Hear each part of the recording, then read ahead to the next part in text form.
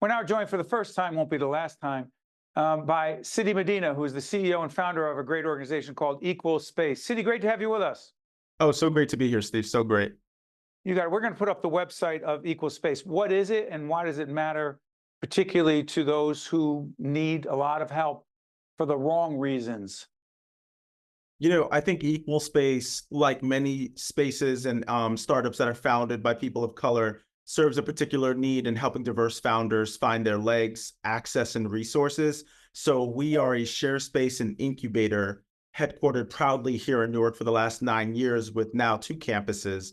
And what we do is so much more besides just providing a suite. We actually provide programming support and community in an effort to help galvanize founders to really go forward and lead their startups to success. And so that's really my pride point in what Equal Space does in the co-working industry. Other great not-for-profits over at 550 Broad Street in Newark. Terrific things going on there. Let me follow up on this.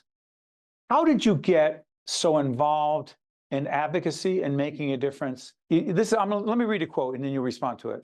I am a queer person of color and I noticed that a lot of startups are a result of the pain points we have all felt. I mean, it's powerful. I want you to expand upon that, please, CITI. So, in my own initial startup, my first company, I faced a lot of the obstacles that I try to provide access to for founders now. And that's so funny given that it's like 14 years of being a full-time entrepreneur myself. But the pain point of being at the intersection of being Afro-Latino and queer, or being femme-identifying, or being immigrant, those obstacles start to have a commonality around access to funding, around not only the wealth gap, Steve, but also the knowledge gap, having access to networks that allow you to grow your businesses. And I started to really not only understand it because I was trying to traverse the same terrain, but I was starting to see it in the community I was building here in Newark. And so I found it to be my calling to create more resources for them, because the only difference between us and other opportunities is just being in the room. We're talent rich. We're just underbedded on. Let's stay on this. So we're a nonprofit. You're a nonprofit. I'm out there raising money every day. You're out there raising money every day.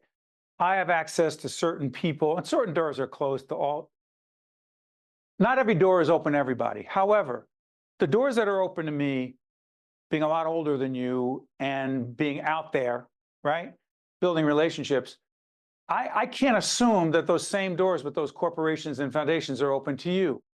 How the heck do you, because you can't bang the door down, but how have you been getting into the doors of corporations and foundations with people who head them up who often do not look like you or have your experience? It's really been about building critical mass. What I've found is as I build community and we build our numbers, we're at 2 campuses now. So we command total with both campuses, 70,000 square feet. We're very hard to miss now. And so when you're seeing our programmatic impact, we helm 2 of the largest activations in the city of Newark. We are the refounders of Newark Tech Week, and we are also the founders of Small Business Week here in the city of Newark. And they double and triple every year. So last year for Newark Tech Week, we had over 3,500 registrants over 5 days with 15 activations across the city, all free. So hold on 1 second. You keep talking about activations. I'm old school. I don't know what activations mean. Stop using language I don't understand. CITI, what the heck is an activation? We call activations when it's outside. You could call it a program, right? A program's inside of your. And activation is something we're standing up in our beautiful city of Newark that's outside our walls. And that's something that I think garnered a lot of notice from the foundations. We're really proud. The Wells Fargo Foundation, Prudential Foundation are strong partners in our expansion. And it's because we were doing these public events that were moving the needle forward, Steve, like how to perfect your pitch. We would gather investors together in a room to tell you exactly what are the top 5 mistakes that they make. This was outside of us just running our share space, just outside of our membership structure. I think that's what really started to get everyone's attention, was that Equal Space has momentum and we're making solutions.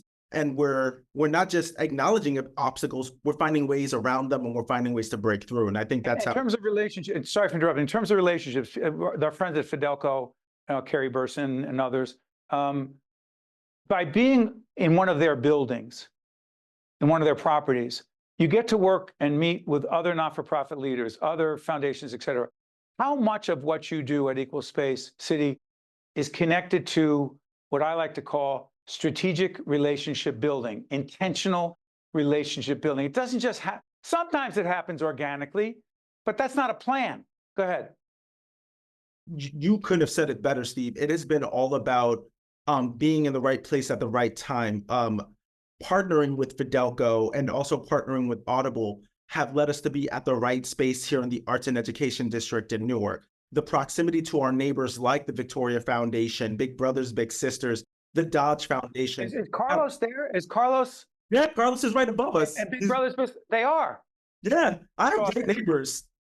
That's awesome. I'm sorry to interrupt. Go ahead. You start. There's a friend group, and we kind of all know each other. But go ahead, pick up your point.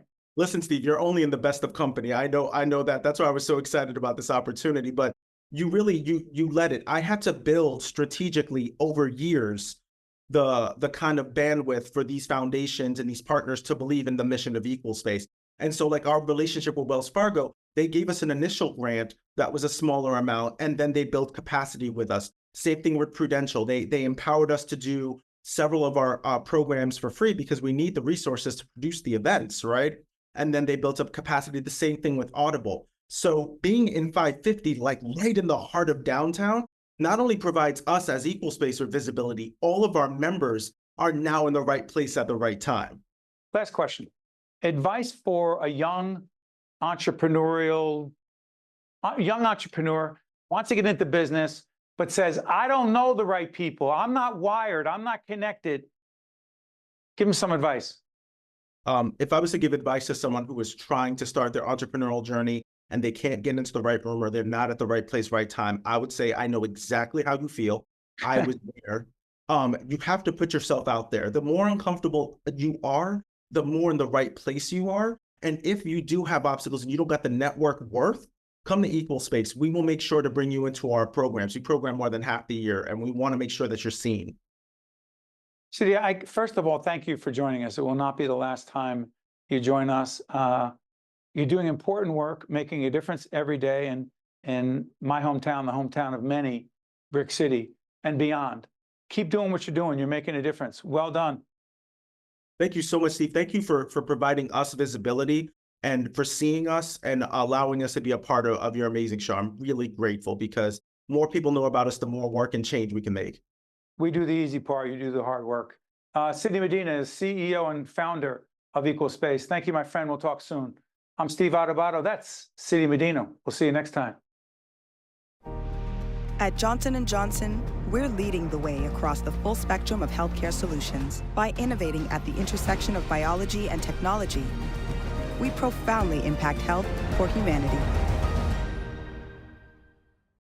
Also brought to you by the Fidelco Group, PSEG Foundation, the New Jersey Economic Development Authority, New Jersey Sharing Network, Johnson & Johnson, the Turrell Fund, a foundation serving children, NJ Best, New Jersey's 529 College Savings Plan, Eastern Atlantic States Regional Council of Carpenters, and by Seton Hall University, showing the world what great minds can do since 1856.